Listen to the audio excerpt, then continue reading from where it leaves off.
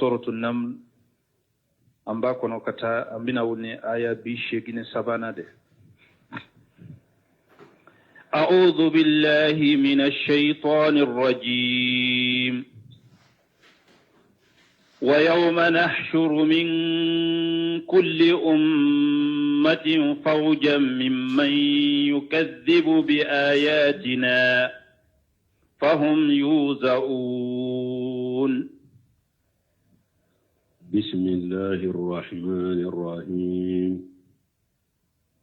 والصلاة والسلام على نبينا محمد وعلى آله وأصحابه وسلم تسليما كثيرا. سبحانك لا علم لنا إلا ما علمتنا إنك أنت العليم الحكيم. أستغفر الله الذي لا إله إلا هو الحي القيوم وأتوب إليه. اللهم انفعنا بما علمتنا وعلمنا ما ينفعنا وزدنا علما. biye karisu ye hijiriya bakere ani kemenani ani binani ani saba shahru rajaba ninye hijira sankalo wolon fulana bisunyo mugani woronay miladi nasarau ka jate ba fulani mugani fula sankalo fulana bisunyo mugani wolon fulana ambe bako jikurni kurofula masjid salamu kono. A'udhu billahi minash shaitani rajim. Wa yawma nahsuru min kulli ummati fawza ila akhir al-aya. Ni aya tumami kunu derisu jora yoromi alaye qiyama tamanse dofo minye daba min be bo jiya laba na be hadamadun kibariya abe kuma ko hadamadun matankane ni alai ni tamanse nana min be tamanse kofe o ya qiyama yere jolide uriato ni ayala ala yang kibariya ko yaqulu ta'ala muqdira an yawmil qiyamati ala kuma samin korta lelo naban kibariya qiyama donna wa hasr az-zalimin min al-mukaththibin bi ayati Allah wa rusulihi ani ala yaira ko tonya dikelawo mununye ala kacidon galon tigaya ko abu faranyoka ila bayna yaday Allah azza wa jalla kana ujo ala nyekoro kana ujo ala koro musammin kabwa kurtalino liyasha lahum amma faluhu fi dari dunya una kunye munye kujo alafe kunyinenga yeminke jinya kono taqri'an wa tawbiqa wa tasqira wa tahqira min kure munye lagosili katuma ani dogoyali ani kula jasi ورياتو فقال تعالى ألكم سمين كرتا لنو ويوم نحشر من كل أمة فوجا ألكم يوم القيامة منتم بي جما كل بي ني ألا بي جما دو فرانيونكا جما دو بوكو فرانيونكا أولا أي من كل قوم وقرن فوجا أي جماعة مغو بي mbe jama do bo ulula ku fara nyogonka o jama sugu jumaye mimman yukajjibu bi ayatina munu nyenne alaka ayam gadon tigeya mogo be mbe jama kulu do fara nyogonka ula mun nyenne alaka ayam gadon tigeya anana ayawre kunala ko ahsurul ladina jalamu wa ajwajahum ala ko ye mogo fara ɲɔgɔn kare minnu ye tɔɲalikɛlaw ye olu n'u ɲɔgɔnnaw ɲɔgɔnna minnu kɛra tɔɲalikɛlaw ni ciden ngalontigɛbagaw ye ale u ye olu dama fara ɲɔgɔn kan o nana aya wɛrɛ kɔnɔ fahum yunzawun ubebe nyogon ko kanade ubu be fara nyogon ka ube nyogon ko kana ube nyogon nofe kana nyefe mo teta ka kofe mo to kofe mo fana te kofe uteto kofe ka nyefe mo to bede be nyogon fe kana yunja una koro ninde ubebe nyogon ko kana ube nyogon nofe kana حتى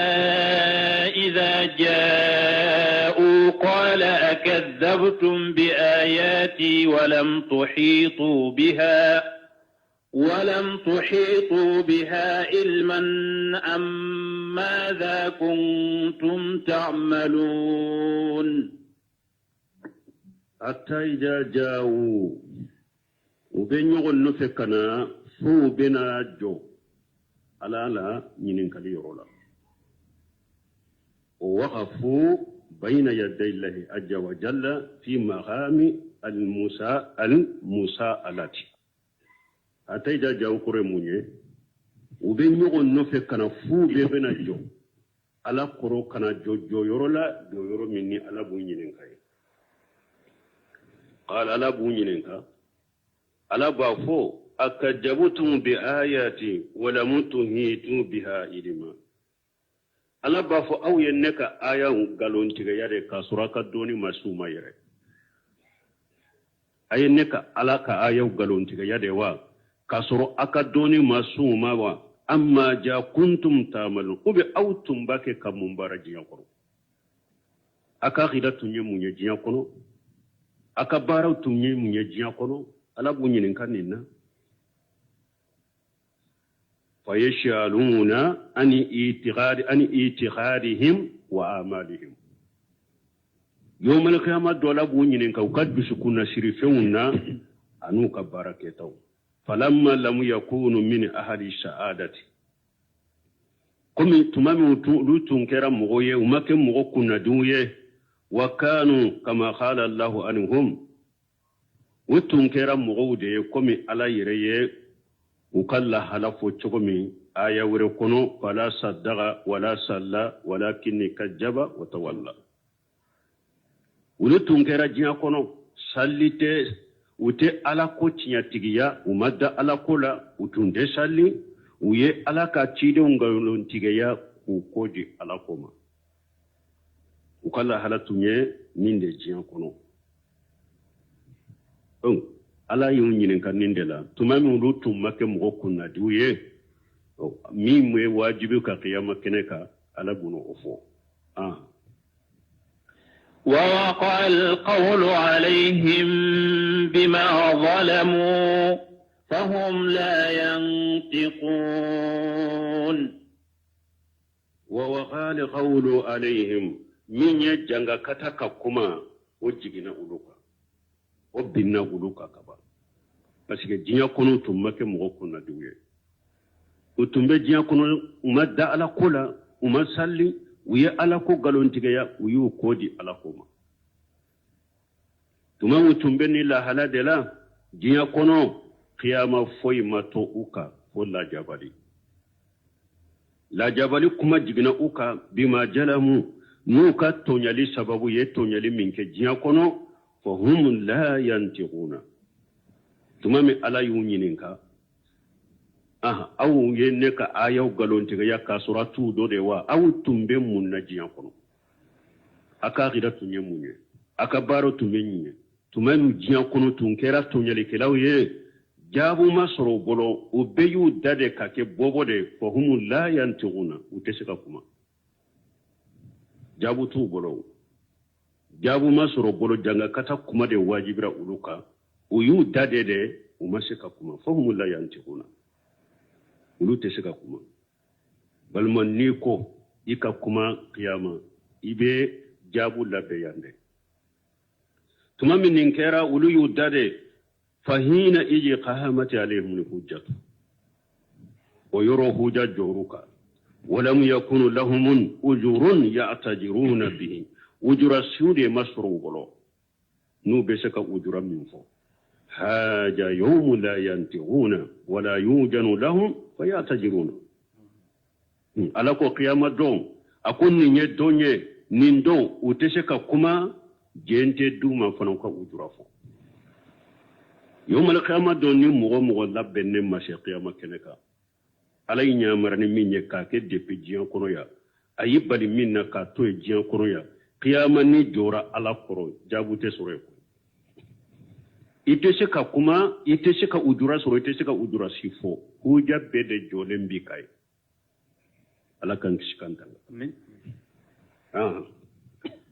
ألم يروا أنا جعلنا الليل ليسكنوا فيه والنهار مبصرا إن في ذلك لآيات لقوم يؤمنون ألم يروا ألقوا يرى من كافر ما يوى أن جعلنا الليل ليسكنوا فيه نألا يسوك dibiye pour una sabati su konona la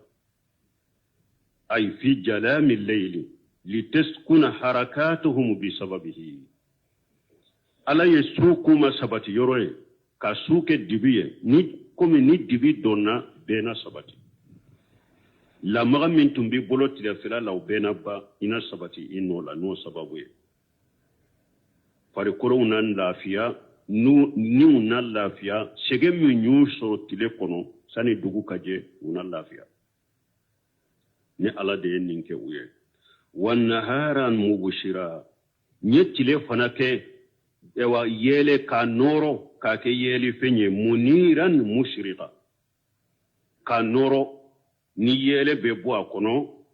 فبسبب ذلك يتصرفون في المعاصي والمكاسب والأسفار والتجارات su fana la yete wa tile fana ke ka ake yele nye chogomi ka yorobe jeya ka yorobe ke yele ona ke sababu ye hada maduna yelema ni takasage ke ukabalo nyinila anu ka bara ula anu ka tama ula anu ka jahula una yelema tile fana kono وغير ذلك من شؤونهم التي يحتاجون عليها أنو لهنا يغنون دبو كقولا كومنو نوبي حتى جولا أنو فنك تلفون كرايلي وسبب دلا إن في ذلك على قابلنا كسود دبيدو پورا أكلا في أكسبت ni dugu jera ka yele mbo pura ka cari dugu kolo ka garjaga unyini ka balo unyini ka sanni fero ke ka tamo ke abenina la ayati liqawmi yu'minuna tamanche chaman de benina mogoye mogo munye mu'minuye nunye tamanche chaman de bula nube alaka kele bantiya yirila kum masammin bake kan ninke ni ala kele mbewde kanka batu foy manka batu ka faraka ويوم ينفخ في الصور ففزع من في السماوات ومن في الأرض إلا من شاء الله وكل أتوه داخرين آية يخبر تعالى عن حول يوم نفقة الفجر في الصور ala binan kibariya fana de ni yoro la don min ni fiɲɛli bɛ kɛ buuru kɔnɔ buuru fiɲɛli min n'a bɛ bɛɛ jatigɛ buuru fiɲɛ min bɛ bɛɛ jatigɛ siranya min b'o la o don ala bɛna o dɔ fɔ huwa kama jaa fil hadis komi a nana hadisa la cogo min qaranu yunfaqu fihi suuru ye mun ye geren dɔ de don ni furi be afinye o fi hadisi sur abe buru inka hadisa kono inna israfila huwa alladhi yanfuqu fihi bi amri llahi ta'ala ni mburu israfilu de ba finye ni alaka nyamaru kanye fayanfuqu fihi awwala nafqata alfadi wa yutawwiluha finye li folo Israfilu be buru in finye o b'a fɔ o ma ko jatige finyeli a b'o finyeli janya de wazalika fi akhir umuri dunya o ye diɲɛ si laban de hina taqumu saatu ala asrari nas min al ahyai tumami ni qiyama be jom mo juguka qiyama na be jom mo juguka kuto nyana mayala fayafjaw man fi samawati wa man fil ard ni israfilu ye buru infinye danfe be sankaba wolon fulala danfe be duguma kolon fulala be jabetige illa masallahu kuma bena illa masallahu jondo munu nyessedu suye nubu ka kaburu kono be garjage ambena awa aka hadisala madmo ni mburu fana israfilu de ba finye don ka bawo do uye finyali inke sabay nufqat al-fajr wa nafqatu al-sa'iq wa nafqatu al-bas don ka bawo do ye finyali inke sinya saba finyali fulo be jabetige finyali fulana bebe sa finyali sabana bebe kunu ka jokiya makeneka do ye finyali inke sabay do fana ye finyali inke fulade nafqatul faj'i wa sha'iq wa yakelenye fulana nafqatul bas wa yakununi finyali chamanya ke fulade fajay min fulani nye bede be jade betige bebe sa ni finyani fulana inkera bebe kunu donc ba haqiqo yode sabati ko finyali nye fulade nafqatul fajr ani sha'iru de be nyogon fe finyeli fulana oye kununi nimburu fiimo fenye nima fende nasara abe kan ni maralembe nimburu inde kono ni finyeli kera ni be sara sube ka nimbe buru in kono ni ala israfili nyamariya ko aka finyeni kununi finyeliye ni buru in finyela ni ma fen be kan nimba kono ni umbebe pa ka boni buru dae ibe yoro nimbe abeta doila ibe kunu ifare korobe yoro ala bo fara nyogonka ko mo bena hadisa ina nimbe do ila ibe kunu ala fule ko defo wa yawma yunfaqu fi suri ala ko dombe na minye ewa jinya wuli wakati na shera wodo finyeli beke burula fafajiya man fi samawati wa man fil ard damfe be dugma ko wolon fulala damfe be sanka wolon fulala ni dugma ko wolon fulala abe jabetige bebe sira be jabetige illa ma sha Allah fo ala yereya kanu mununja tettige minye sedu suye ulubu ka kaburu kono yuru jagun sedu su mun kasiri yesi shinaun ke bulude wa kullu atawuhu daghirina awadan kimbe bina alama qiyama keneka be dogoyale bina qiyama keneka ujura foto yede ni ya nema ye arandebu na nin ko inde yenso ngam mobili tunciyana de ngam moto tunciyana de ne tuntara cidola ay qiyama foto ye koy bede bena alama do be dogoyale balmo hadisa sahalen nana kabu abdullah ibn amr bolo radiyallahu anhu qala rasulullah sallallahu alaihi wasallam ko alaka ciden ko kisini ne mabaka yakhruju dajjal fi ummati fayamkus 40 ciden ko dajjali be bo ale kam manton la abe binani ke la adri 40 yawma aw 40 sahara aw 40 ama min ya hadisai mafula amuri aledo shikra yala ciden ko ni ko dajjali be binani ke jiya kuno ko yala tile binani do sa kalo binani do sa sam binani do sa ko ale todo fayabu asullahu isa buna maryama ka annahu urwatun mas'ud ni dajjali bora ala be isa buna maryama fana bo ni yebu asu min fule ne isa te ci kurai koy ni te ci de nyaide ala be isa fana bo jinyalla ba isa be jigi me na jigi na be jigi ci den kam manto nya de la abe barake ni ciden ka sariyari abe barake ni ciden ka sunnade sallallahu alaihi wasallam parce que suratu ali imran kono ala yo lahiru ta ciden be de bolo ko ni ciden cira ka ciden cide to jiya kono foi kalli mana na yede iki tabilai ka tuwa ko ka deme wani isa nana fana o aya bode sabati abe limana ni ciden de abe barake ni ciden ka sunnade abe fara ciden ka mantonde ka isa ala be isa bo ka annahu urwatun bin mas'ud ciden ko ni isa jigina abe sauran min kono ko abe ko min urwatun bin mas'ud ko ano de boleno fayatlubuhu fayuhlikuhu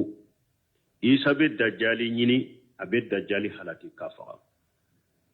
summa yamkus nasu sab'a sinina laysa bayna isnani adawatu o ko fi hada madum be to dugu koloka aw mogo fula site soro ni jugu ya bani nyogonje summa yursilu Allahu riha baridatan min qibali sham o ko fi alabe finye sumalendo ci ka boni sami famfelay fala yabgha ala wajhi al-ardi ahadun fi qalbihi misqalu jarrati min khayr aw iman illa khabadatuhu no o fiye sumalen cira ka boni same famfelay mogo site to dugu koloka mogo mi ni miskala jara hake hera ba duskunna ube alimaniya fo finye imbo tigin nimina mogo nyuman ben nimbe mina hatta law anna ahadakum dagala fi kabadi jabali la dagalatuhu alayhi hatta taqbadahu hari na dola kelen donna farade kono finye imbe do inofe fara in kono nimina niye mogo nyuma de قال سميتها من رسول الله صلى الله عليه وسلم تمام امر ابن عاش ينفو اكو ني ميتشيدن دتا ني ميتشيدن ماري كيشني نما باكا قال فيبغى شرار الناس كيدن كوكو مغو جوغو دي بيتو في قفه التير sabati tuye komi ni kono groupe te sabati togomi nuye kando ni domero nube grika wuli hada madum be tukul dugu kono mogo jugu be dugu kono ko togode la ibe giri de doro sabati tuye komi kono groupe ni sabati taye togomi naye kando ni me doro gir nube wuli hada madum be to togode la dugu koloka wa ahlami shibai awa minye awa kungo kono hakilina de fana bula komi waranin kalawu ube kungo kono na la chogomi nube yada nyogon kan ni hakilu tula chogomi hada madon ka hakilu beke komi kungo kono fi hakili de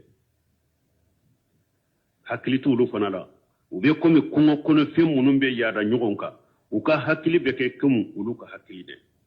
la yarifuna ma'rufa wala yunkiruna munkara ute konyumando konyumaye ute kojugudo kojuguye fayatamassalu lahum shaytan kutola shaytane be ayereke hada madendo ye nyakoro fayaqulu shaytane ba fuye alla antastajibuna abafu atenjabi ba ninya nyamara ni minya tenjabi koke ba fayaquluna famatamuruna ubafu shaytane we banyamar ni munye fayamuruhum bi ibadati al-awsan shaytane bunya marni bodi batoye wa hum fi jalika kuto o bodi bato fanala darru irji'uhum uka garjage kacha fana garjage kacha nema kachu bolo hasanu aishuhum uka balo chogo kanyi summa yunfagu fi suri o kofe israfilu be finyeli ke burula fala yashmahu ahadun illa asgha litan wa arfa linta mogo shite burin mfinye kamme fo aba akan korota ka kanjenge puru aka finyeli aka shika famu koni mogo ye komi ni mogo ye kamme ni bitiloma jo chogomi ki kanjenge ki kan korota puru ka shika kuma imme kanye nu ye burin kamme mogo shite to fo aba kanjenge ka kan korota ka kanjenge ka jigi ka korta pura ka shika burin finye aka shika me kanye قال وأول من يسمعه رجل يلوط حوض إبله ciden ko mogo folo min be burin finye kamme ko oye cede naba aka nyame be mi fem mina min kono naba aka nyame mi yoro njila o folo de be burin finye kamme qala fa yashaq wa yashaqu an-nas ale besa ne ale sara mogo to besa summa yursilu allah o ko fi ala be cilike أو قال ينزل الله مطر وبي أكو على بي سنجي دوجي كأنه تل أو قال جل سنجي أبيكم سامبي فسو فسو تقومي سام فسو فسو فسو سنجي مبينا وچوكو ديلا سام فسو فسو نومان سك كافو تل أو جل نومان من يحدثا مفلا كابو أمري بني آس أمري بولو ودي شكرا yala ciden ko tallu ube ko jillu dewa fatumbitu minhu ajsadu nas aw sanji suku fana o de be hada madon fari kuro fale uka kaburu kono o sanji de be hada madon fari kuro fale uka kaburu kono summa yunfaqu fihi ukhra o ko fi israfilu be finyelike buri na sinya wore fayjahum qiyamu yanzurun hada madem bu yoror soro qiyama kene ka wujode ube qiyama ko laje hadisa nye finyeli fulafo finyeli jori fo saba ha ayi fula ayi fula de fula de finyeli fula de fule hadisa kono wodi aton ko doni ka basale ko finyeli nye fula de jatige ani saya o be de finyeli kelenya fulana mo be kunu ube bo min kalama jore be qiyama kene ko be laje like الله ثم يقال يا أيها الناس وكف النمي بجورا بي رسر قيامة كنكا بيبي الله جليلا وبفو هذا مدو حلموا إلى ربكم بفو هذا مدو أين تجي علامة وقفوهم إنهم مسؤولون ألا بفو هذا مدين بجو بنا بيني ننكا أيا بجو وبنا ننكا ثم يقال أخرجوا باس النار o kofi ala ba fo abe fo adama ye adama tasuma ni yorobo idewna mo munum beta tasuma kono fa yaqulu min kam adama ba fo ntiga ala joli fa yaqulu min kulli alfi tisimi'ati wa tis'atu wa tis'una ala ba fo bakele mo keme kononto ani bi kononto ani kononto ulu ye tasuma ni yoro ye ika dewna mogo bakele keme kononto ni bi kononto ni kononto ye tasuma ni yoro ye qala ciden ko fajalika yawm yajalul wilidana shiba ako o wakati de o donde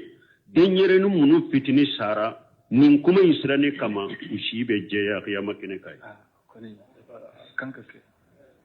munun denyere ni manu sara de o donde ukunsigu be jeya nin kuma sirani kama wajalika yawm yuksafu an-nisaqi o donde minye alabe ewa hijabu ni ewa fembo geleya bebe bila keneka do ba fo yuksafu an-nisaqi alabe hijabu bo a gelengalaula do ba tafsiri fana alabe ewa hijabu bo ko gelembela فقوله ثم ينفق في السور فلا يسمع أحد إلا أصغى ليتا وارفا ليتو يموني هو صفوة القنوق إيكا جيما أي مال أنوغه ليستمعه من السماء جيدة إبي كم ميلة كي كان جنة بوريكا كمين مكاني فهذه نفقة الفجر ثم بعد ذلك نفقة السعير وهو الموت ثم ذلك نفقة القيام لرب العالمين إما ينقل دوبا كسبعين بنكسر فلك سبعين دفويا أكو فهذه نفقة الفجر أكون نفنيلي من فلان نيجا تيجي فنيلي ثم بعد ذلك نفقة السعير وكو في ميني سيا فنيلي ونكي وهو الموت ويسن يفين لي ثم بار ذلك النفقة القيام لرب العالمين وكفي فينيلي من بك نم هذا مدون بجو دام فيون تيجي على قرآنك وهو النصور من القبور لجميع الخلائق ويري دام فين بكبو كبروكنو ولهذا نند كوسو قال تعالى وكل أتوه داخرين ودا توكو بيبنا ني علما يدوغيالي بدوغيالي بنا علما آية وركن علاكو يوم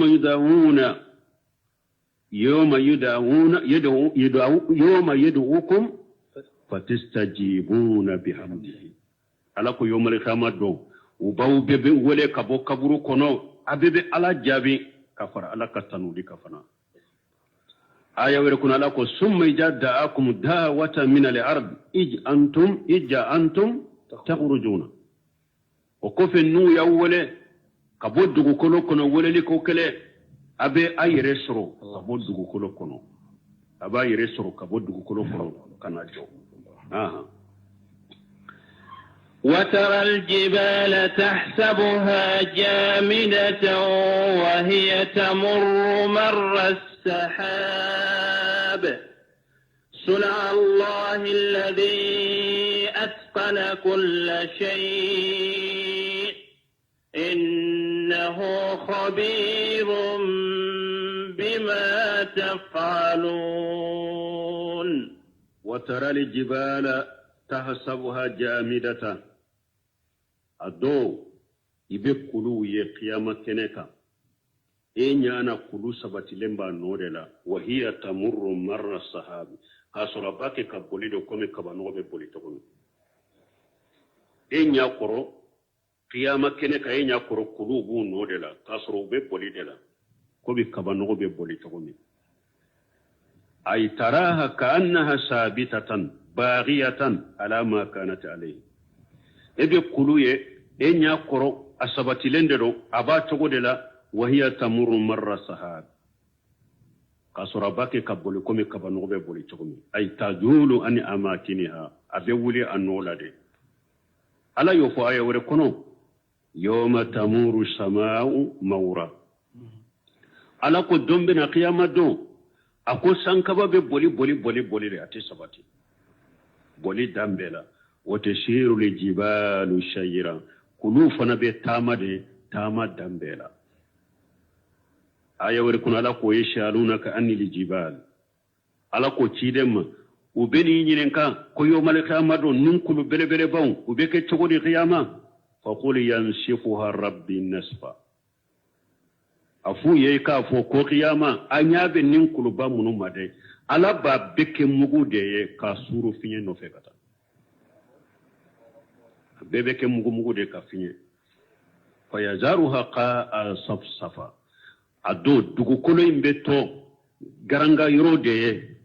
aben nugule kata dugu kolo koro fotile bi irite dingate kunute tinchite abede bedala kenya dugu kolo be ke ko chogodela la tara fiha iwajan wala amta ite dingaye dugu kolo la ite tintiye abedala kenya le kata jengetala kulu nunu beke mugude ka boaka suna allah ala kunni nyala ka baradere allazi atighana kull shay masammi nyefembe dilaka dilan chogonye ayyafalu jalika biqudratihi alajimati nunun bekeni alaka sheba yade alaka sheba min kabo allazi qad atqana kull ma khalaqa masammi ayyafin wofenda ya daka nyede wa awda fihi min alhikmati ma awda aka kodon chawo sabula nin kanka ke komina ayo oke ala innahu khabirun bima tafaluna awa abe koko ke o koko nona na kene mana ala ba bedo re aba bedo abe koko ke ala ba be konona na ana be kene mana ala ba bedo ay huwa alim bima yafalu ibadu ala ye doni masade aka jombe minke ala ba do min khairi wa sharri fayujajihim alayhi hera do yake juma do yake ala ba bedo abe besari tala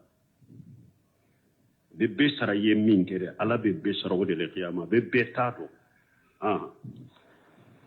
من جاء بالحسنة فله خير منها وهم من فزع يومئذ آمنون من جاء بالحسنة ثم بينت حال السعداء والأشقياء يومئذ ثم علي قيامة فوق وابجو saka kunu beke ala bina mugo kunna du ani mugo kunna go ala bina ulu fana Allah ala fo qiyamah keneka man jaa bil hasanati falahu khayrun minha ala ko ni mugo min ni bara nyuma kelen na qiyamah keneka mbali mo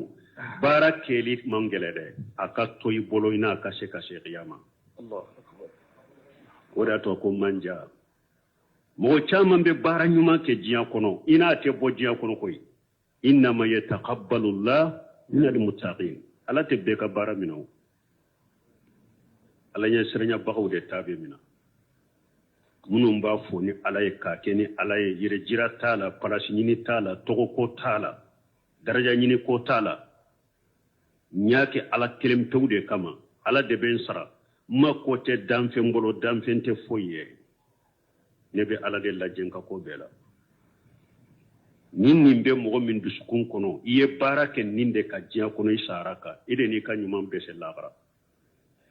ama ya qataratu ya tawsir minna man jaa bil hasanati falahu khayrun minha qala qatadatu bil ighlas mana nim mo min ni dusukun kala sinana qiyamah keneka وقال جين العابدين هي لا إله إلا الله جين العابدين عليكم قل لا إله إلا الله كما أفور الدالة إياتي ولك الدسون قراسي فوي ما فرع لك وغري بيّن ترى في المواد الآخر أن له أسر أمثالها يروي على يا بانجي نقول نيني بارا نيما نانا دوبي سرابي قياما من كوسي كبارا نيما aya waru kono ala ko ini nyuman kele ni na sera qiyama kene ka nyogona tambiye nyogona tande biye me ijija ka toy bolo ina ka sella garade bara nyuma fana pro ina ka sella gara sarati fulade bala an yakuna khalisan lillahi wal mutaba'atu lirrasulillah sallallahu alaihi wasallam ikabara ka kalashi alai mbalmo jiya kono dusukun kono barawula dusu kalashi foy mangele nayre salafu siranna minye sarafu yure jija salafu doko ko aleye yere jija minke adusukunna pura katile ko amo ke barashila wada to hamna bun hanbali ko amru niyatun shadidu akonga niyaka ko dusukun ka ko aka gelere alma dusun kalashi ka gelere ko chaman de bena hadama de iddusun kala sini me don ke bawo ye gorobali sababu wode be hadama de yere jiranti be jiyan kono dusun kala si bali dusun kala si be jiyan kono ko damado de du bilala hubbul almadhu was-sanaa mogo don ke bawo ko juma sababu juma be hadama de bila yere jirani dusun kala si bala yama tanuni kanu majamulini tanuni kanu nu obe mugo la ibi yere jira mugo be danfeun tanuni ni majamuli de fe ibo kanu dusukun kono baraika tanu baraika majamu dusun kala si bariya sababu fule sababu mi bilala wa khawfu min jammin nas fulana mugo be shira la gosilinye nkana ninfo kana ninfo nye nkana ninke kana ninkenna nkana ninke kana ninfo nye ibi yere jira kasira mugo ka jalagi ko sababu fulana fule mimbe mugo bila yere jira la kasira mugo ka jalagi ko ninde fulana mugo be shira mugo ka jalagi ko ibi yere jira sabana wa tama'a fima fi aidin nas ode chamun makosa ki tamake da hadamadun ka bolla fenga ki tamake hadamadun nan ki tamake da hadamadun ka bolla fenga ewa mbalmon yere jiranci be jiyan kono ni sababu dola kelende babila ni sababu nin de be hadamaden bila yere jirala ni hadamaden ba fe ka kisi yere jirala iddu sun ka kalasi furanyini nin sabadela tanuni kanuni majamu kanu ube kasira hadamaden ka jalagidi koro ala kola ala ka dina ka jolila wajibi kelila kasir hadamadun ka jagal ki gida ki nata da hadamadun ka bolola finka nunun de be hadamadun ke yere jirantiye awon balima hadamadun min be kisin ni sababu sabama jama'u kodo illa marahim rabbi mo desira ku yere mina ni sabai de la ube ni sabab dola kelende la kasuru shawul sila bontemiya akum mugo yi nata da mugo kade taga ki nata da ka konni wa nimbe neso nimbe wasa akwai jigibe waruya ode yorola ayo krosi dro ebi nata da mugo ka yi nembe bo no fete dro me kelen surala e wa nimi yere krosere kan no bilay be ke hasidi parce que fule talula no fe sunitile pour akiso awu temeto mogo sempulu dola dro aba bolo do jifa kono ka watambo ka dama eye tile kuru kara foy nembe bo ibe ke hasidi yere de ebe talola no fede suni tile awu bena mogo do sigile na dorani mogo do be dro aba bagasi ka di o ma dro foy be ke haside inya be waga de fo ka ke komi ewa bolo kuru mogo tamakele la falente koy abika jiya bolo ka jiya intenya ibolo abika lagara chiya ibolo alaka sababu kacha hada madin ka diro ala dela alaka sababu kacha kana diro mo kele karina tada mo kele na alaka sababu kacha don jo be jiya kuna be tensi be ala de bolo ni mo min be hari koronde fe ita togoda ti togodo ni ala ya latige ki I abi sode abo tigla mo de nyamaria ka bo jiya danna kanita dani kanita dima ini mimbe nyon ka suni tilere in nembe bo no fete drome kelen soala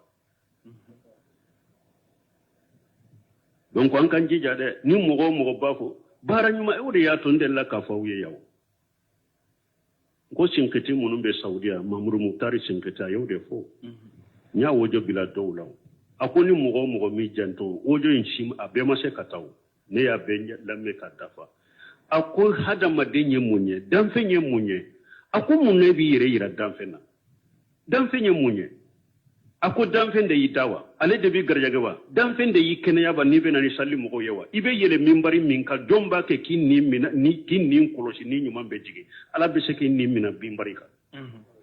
domba ke kisi mimbari ka ewa in nembila ibe kuma ete kuma nyire bo togodo yinenka domba ke koke ako ala min bake kan nunun ke eyo ebe hada madu laje mun ebe damfe laje mun ako dusun kala se ka gelede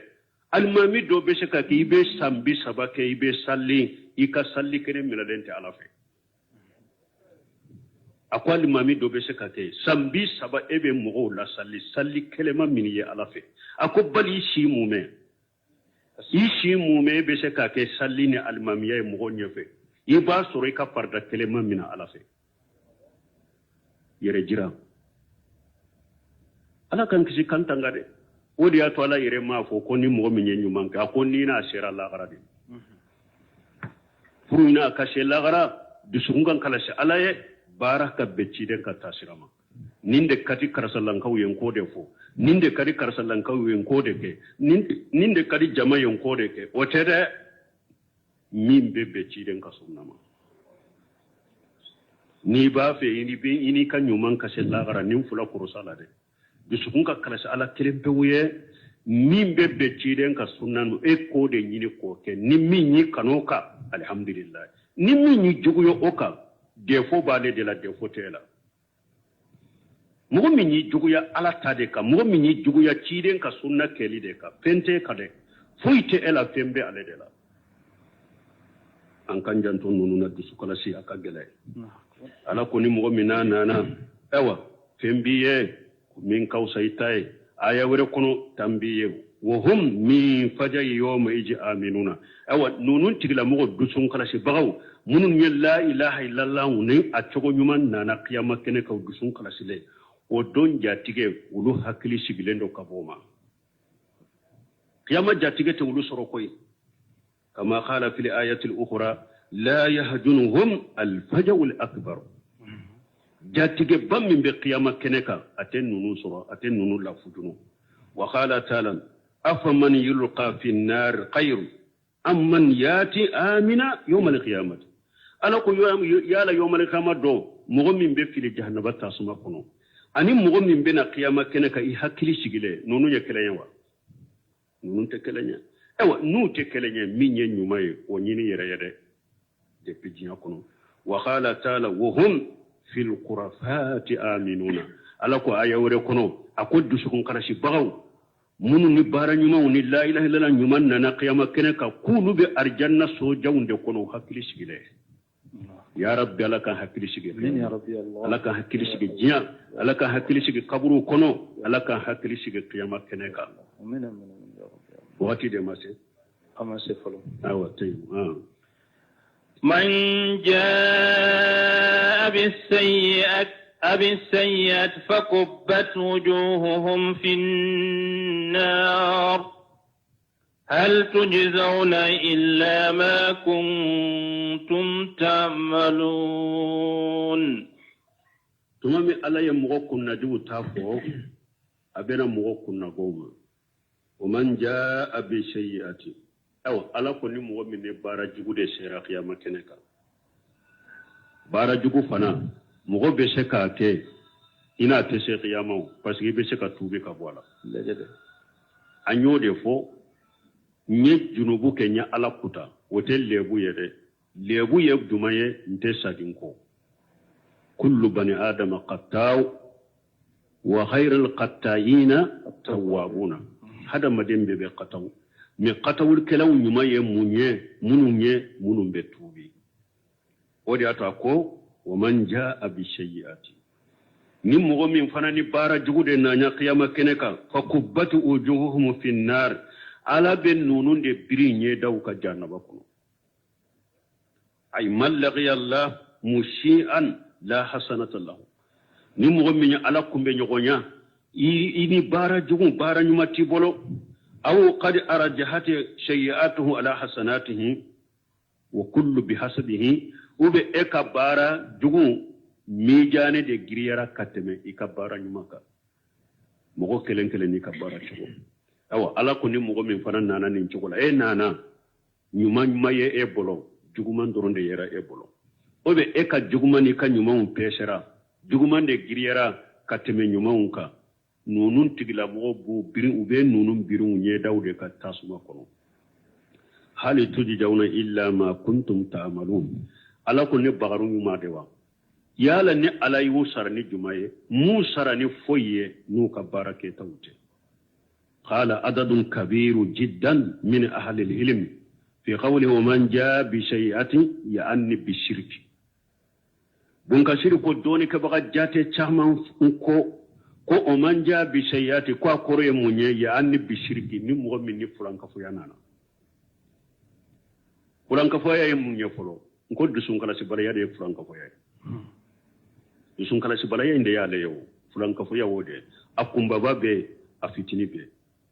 awa ko doni ke baga jate chaman de ko o man jaa bi shay'ati ya'anni bi shirki ni mogo ni fulanka fo ya nana qiyama kenaka ulu tigila mogo de be biri nye daw ka jannaba kono ala kan tishikanta إنما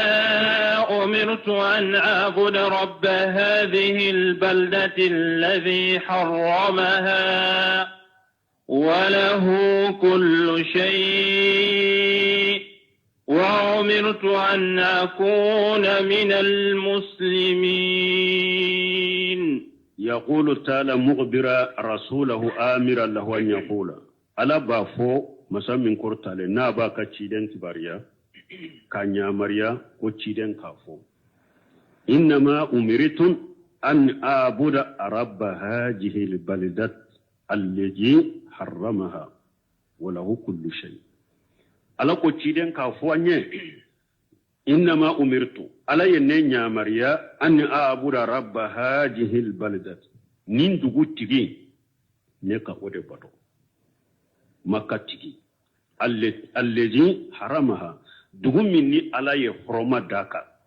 وله كل شيء مسميني فين بيا على دتاي ولا ينيا مريا كوالا كلمة ودبطو الكعبة تيجي على مكة تيجي على مكة مني على يرير حرم داكا كما قال تعالى قل يا أيها الناس إن كنتم في شك كما أننا آية ورلا تقومي على كتيرين كافو هذا ما دون نابي شكا دلا من ديني نني دينا من نانا أوما على كلمة وكبتو نو شكا دبي أولا فلا أعبد الذين تعبدون من دون الله أو باكي كمونم بطو كفر على نتولو بطو ده ولكن أعبد الله الذي يتوفاكم من نبي المساد بطو مسام من باوفا نبو ده بطو وإضافة الربوبية إلى البلدة على سبيل التسريف لها والإتناء بها ni ala ye ko arabba hajiri balida ni aye alikaba tigiya sage kata alama o fora mun kama bonya alikaba ni makai bonya alikaba ni makai abe kumi nana na aya wure kunu falyabudu rabba hajal bayti alladhi atyamahum min ju'i wa amanahum min khawf ni ala ko kan ni so tigi ala ko de bato masammu ñu la dumuni kabo kungola ani masammu ñu hakri jigi kabo siranyala ni alikaba dambira kata alama oye bonya de alikaba ma anko Sheikh Muhammad ibn Abdul Wahhab hikma bala dawala aya ka hammi beke tawhidi dawa de na tara yoro yoro adella kana hiju la makka alikaba koro aye shehu do soroye abake ka dersuji Sheikh Muhammad ibn Abdul Wahhab sigira shehu koro shehu in ka dersu in jara ye kosobe metuma misali jora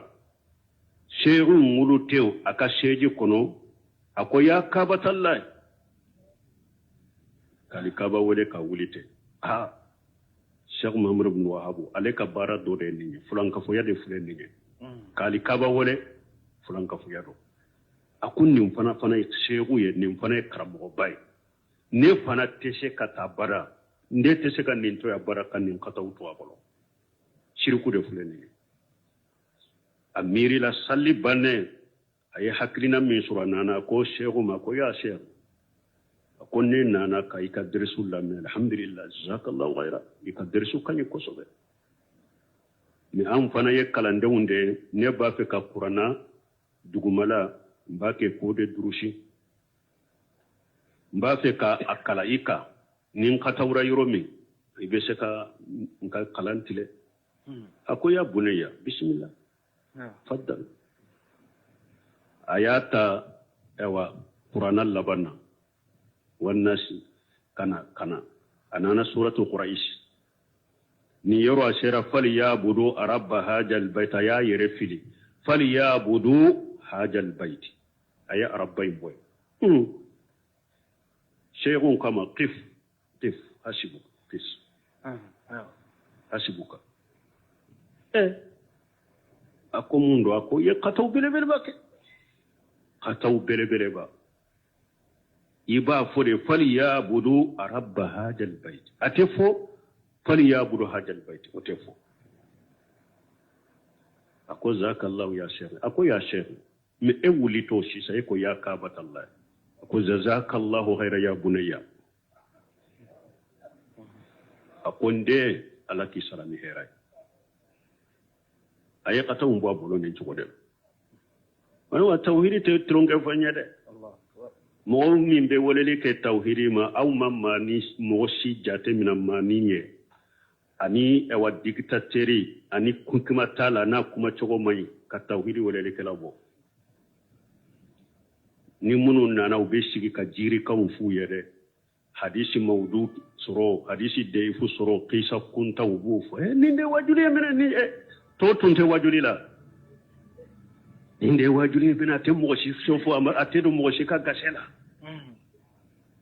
men ni ko ala kelem pe ko ni kana batu ala kelem pe ka batu ciden ka sunna kamina e yere ye banani nani fanani na yere de ko abe mo ma korude nani mena ale ba ma korude abe mo kero na ban faude nani mena ban baude nani tauhidi kuma Allah fi rawa janko an fanfela yoro a bebe palon palo la jinya nyumante dina nyumante parce que am banna tauhidi ndema mo man in tauhidi tay ko islamai e man aqida manye e man in tauhidi ta e betami mumbe nyai bolo foi tenya ibolo foi tenya ibolo donc Cheikh Mohammed bin Wahab aye shirku bo karamo ke mbolo nini ayade wati bala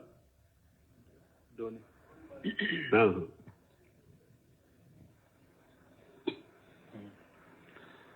وأن أتلو القرآن فمن اهتدى فإنما يهتدي لنفسه ومن ضل فقل إنما أنا من المنذرين الذي حرمها أي الذي إنما صارت حرام شرعا وقدرا بتحريمه لها مسمى لكابك حرمي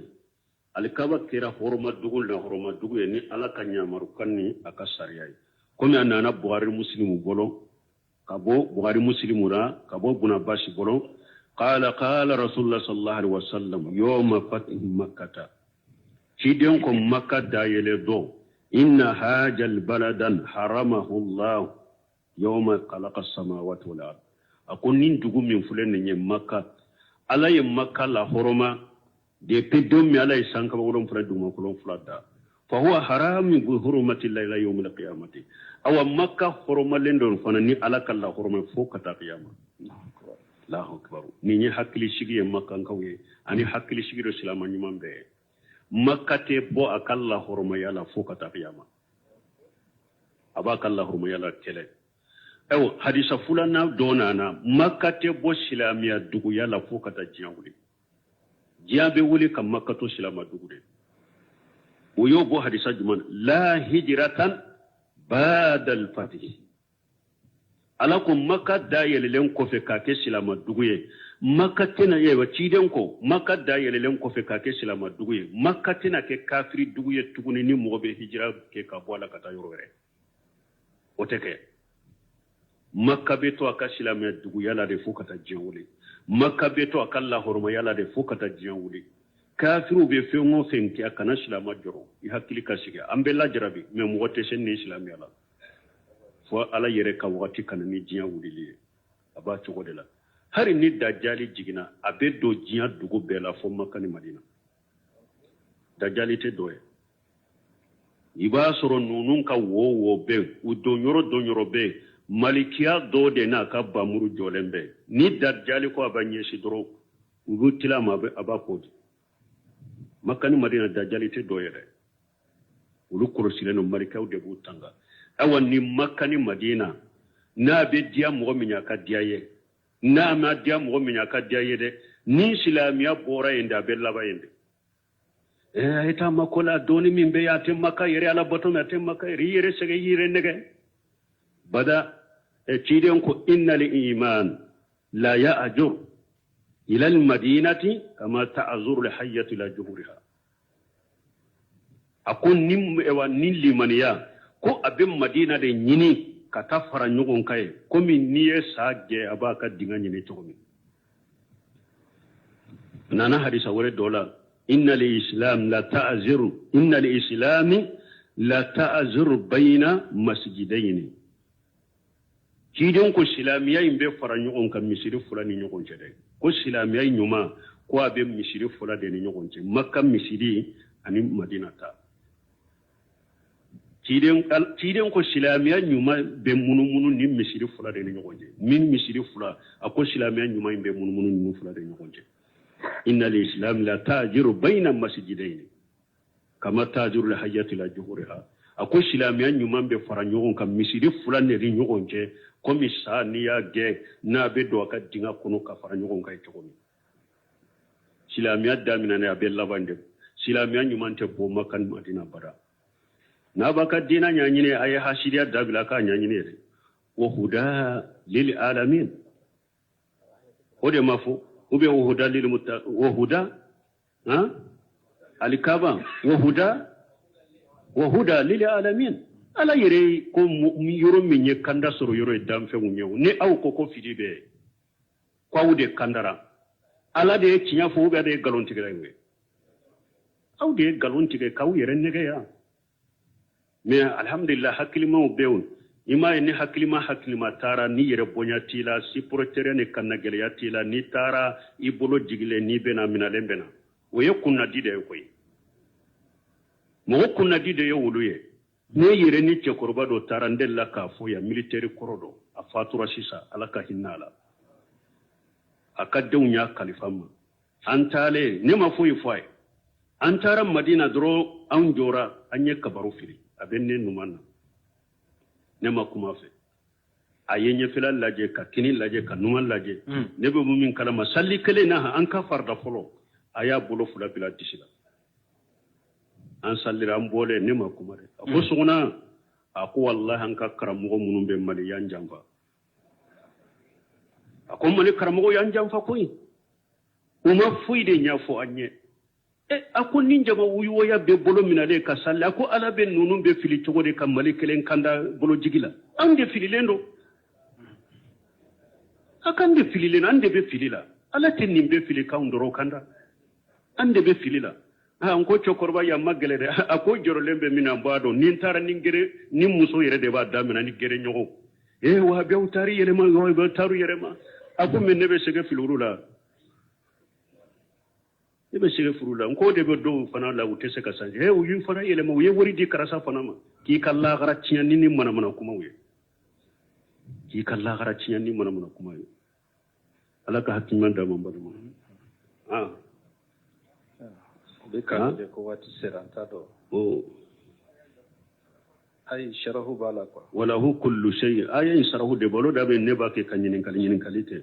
walahu kullu shay wa umirtu an akuna min al muslimin fɛn bɛɛ ye ala de ta ye ala ye ne ɲamariya n ka kɛ silamɛ ye subhanaka allahumma rabbana bihamdika ashhadu an la ilaha illa anta astaghfiruka wa atubu ilayk tafsir suratul naml an b'a kɔnɔ ka taa an bɛna wuli aya 87 de أعوذ بالله من الشيطان الرجيم ويوم نحشر من كل أمة فوجا ممن يكذب بآياتنا فهم يوزعون بسم الله الرحمن الرحيم والصلاة والسلام على نبينا محمد وعلى آله وأصحابه وسلم تسليما كثيرا سبحانك لا علم لنا إلا ما علمتنا إنك أنت العليم الحكيم أستغفر الله الذي لا إله إلا هو الحي القيوم وأتوب إليه اللهم انفعنا بما علمتنا وعلمنا ما ينفعنا وزدنا علما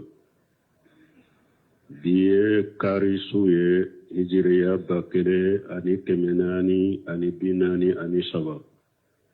shahru rajaba ni ye hijira san kalo 7 na bisu ɲɔmugani 6 na ye miladi nasaraw ka jate 2022 san kalo 2 na bisu ɲɔmugani 7 na ye an bɛ bako jikuruni kulofula masjidi salamu kɔnɔ a'udhu billahi minash shaitani rajim wa yawma nahshuru min kulli ummati fawza ila akhir al-aya ni aya tumami kunu derisu jora yoromi ala ye qiyama tamanse dɔ fɔ minye daba min be bo jiya laba na be hadamadun kibariya abe kuma ko hadamadun matankane ni alai ni tamanse nana min be tamanse kofe o ya qiyama yere jolide ورياتو ني آيالا على ينكباريا كو يقول تعالى مقدرا عن يوم القيامة على كم مسمين كورتا لنو نابان كباريا قيامة دونا وحسر الظالمين من المكذبين بآيات الله ورسله أن يلا يايرا كوتون يليك لو munu nye ala ka cidenw galontigeya ko abu fara ɲɔgɔn kan ila bayna yadayillah azza wa jalla kana u jɔ ala ɲɛkɔrɔ kana u jɔ ala kɔrɔ masa min ka bɔ kɔrɔtalen don liyesha lahum amma faluhu fi dari dunya